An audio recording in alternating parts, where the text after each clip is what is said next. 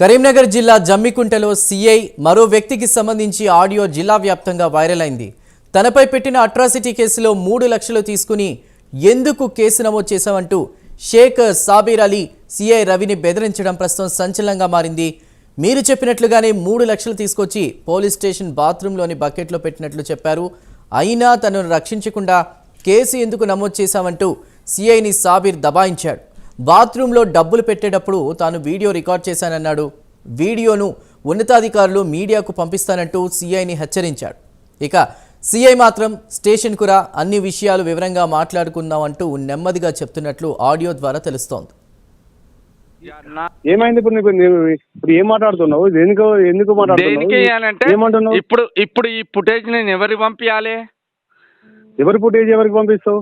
నేను మీకు 3 లక్షల రూపాయలు ఇచ్చినటువంటి అంశము వినండి. ఇప్పుడు మీడియాకి డిస్ప్లే చేయాలా? ఒకసారి అండి, ఒకసారి ఎందుకు వస్తా? అది కాదు సార్, వేరే ఇప్పుడు ఏం మాట్లాడుతున్నావు? ఏమైంది? ఎందుకు మాట్లాడుతున్నావు? ఇవన్నీ పిట్ల కథలు వద్దు కానీ గౌరవనీయ సబ్ ఇన్స్పెక్టర్ పోలీస్, మీరు ఆ రోజు తీసుకున్నటువంటి అసలు మీరు అన్ని చూసారు కానీ నా మీద పెన్ను పెట్టుకున్నా అది అంతా క్యాప్చర్ చేస్తాందని కనీసం జ్ఞానం లేకుండా 3 లక్షల రూపాయలు లంచం తీసుకుంటారు. ఎట్లా 3 లక్షలు తీసుకున్నాను? ఏమైంది? ముందుగా నేను షేక్ సాబీర్ అలీ, సామాజిక కార్యకర్తగా జమ్మికుంట ప్రాంతంలో సుపరిచితుడను. గౌరవప్రదమైన మీడియా మిత్రుల ద్వారా ఎన్నో సమస్యలపై వారి సహకారంతో పోరాడినటువంటి నేపథ్యం ఉంది నాకు. ఈరోజు కూడా జమ్మికుంటకు సంబంధించి పూరపల్లిలో గల ఎస్ఆర్కే డైరీ ఆ యాజమాన్యానికి మరియు అందులో గతంలో విధులు నిర్వహించినటువంటి వారికి సంబంధించినటువంటి అంశం విషయం లోపల జర్రంశెట్టి కృష్ణారావు గారు, గోవింద రెడ్డి గారు, మధు గారుతో పాటు డైరీ చైర్మన్ బండారు మారుతి గారికి సంబంధించినటువంటి వివాదం లోపల జర్రంశెట్టి కృష్ణారావు గారు నన్ను మధ్యవర్తిత్వం వహించడానికి నన్ను ఆశ్రయించినప్పుడు నేను ఇట్టి విషయమై గౌరవ సిఐ గారి దగ్గరికి పోవడం జరిగింది. పోయిన తర్వాత అక్టోబర్ 28 నుండి 30వ తేదీ వరకు ఈ చర్చ కంటిన్యూ అవుతూ ఉంది. అందులో రెస్పెక్టెడ్ సర్కిల్ ఇన్స్పెక్టర్ గారు జర్రంశెట్టి కృష్ణారావు గారి పైన ఫిర్యాదు వచ్చి ఉంది కాబట్టి దీనిపైన నాకు పై అధికారుల నుండి ఒత్తిడి ఉంది.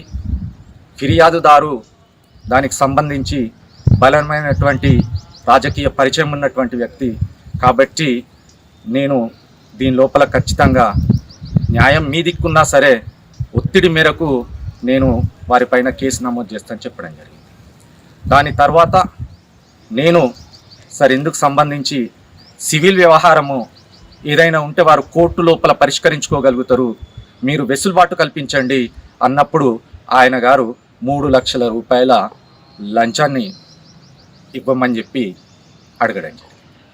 తర్వాత నేను ఈ బాధితులతో సరే కోర్టుకు వెళ్దాం, సార్ పైన ఒత్తిడి ఉందంటున్నారు కాబట్టి మీరు కాస్త ఆర్థికంగా నష్టపోవాల్సిందే, ఎందుకంటే ఆయన ఎస్హెచ్ఓ కాబట్టి ఆయన సహకారం లేనిది మనం ఏమి చేయలేమన్నప్పుడు బాధిత కుటుంబ సభ్యులు 3 లక్షల రూపాయలు ఆయన ఛాంబర్లో కూర్చున్న తర్వాత 28 నుంచి 30వ తారీఖు సిసి ఫుటేజ్ను ఆయన ఛాంబర్ లోపలిది పరిశీలించాల్సిందిగా ఈ సందర్భంగా అధికారులను కూడా అడుగుతా ఉన్నా. నేను వెనువెంటనే వాళ్ళు బయటకు వెళ్ళిపోయిన తర్వాత నన్ను ఆయన ఛాంబర్ లోపల ఉన్నటువంటి బాత్రూమ్ లోపలికి వెళ్ళమనడము, ఆ బకెట్లో 3 లక్షల కవర్ పెట్టేసే సాబీర్ అనడము, దాని తర్వాత నేను వెళ్ళి రావడం జరిగింది.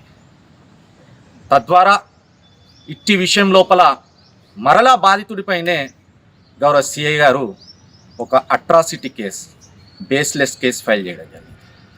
ఇట్టి విషయం లోపల నేను డిసెంబర్ 30వ తేదీ రోజు ఆయనను ఫోన్లో ప్రశ్నించడం జరిగింది. నేను సూటిగా అడిగినాను, ఏమని?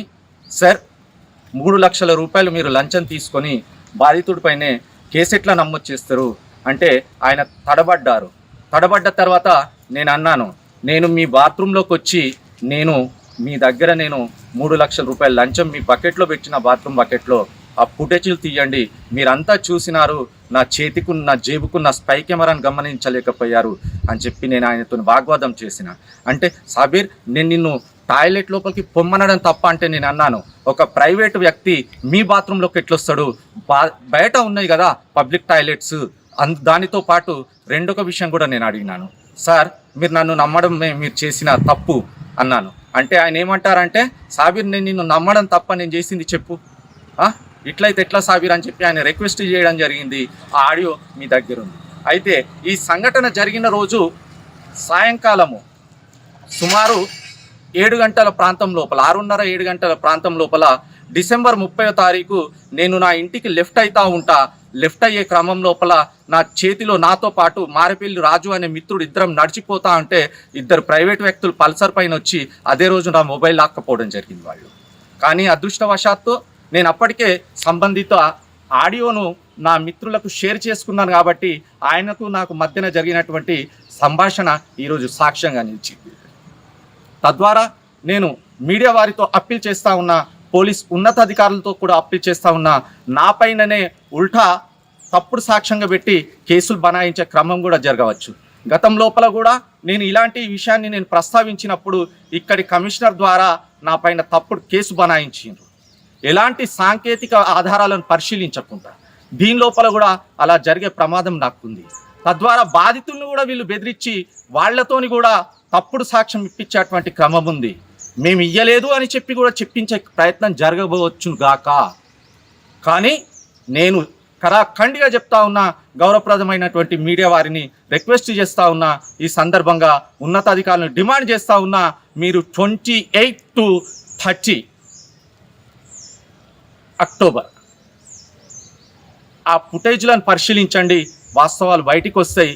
ఆయనకు నాకు జరిగిన సంభాషణ ఆడియోను పరిశీలించండి, విషయాలు బయటకు వస్తాయి. తద్వారా ఇలాంటి అవినీతి అధికారి ఈ సమాజంలో పోలీసులకు ఉన్నటువంటి మంచి పేరును చెడగొట్టే ప్రమాదం ఉంది. కాబట్టి దయచేసి మీకు విజ్ఞప్తి చేస్తా ఉన్నా. Thank you.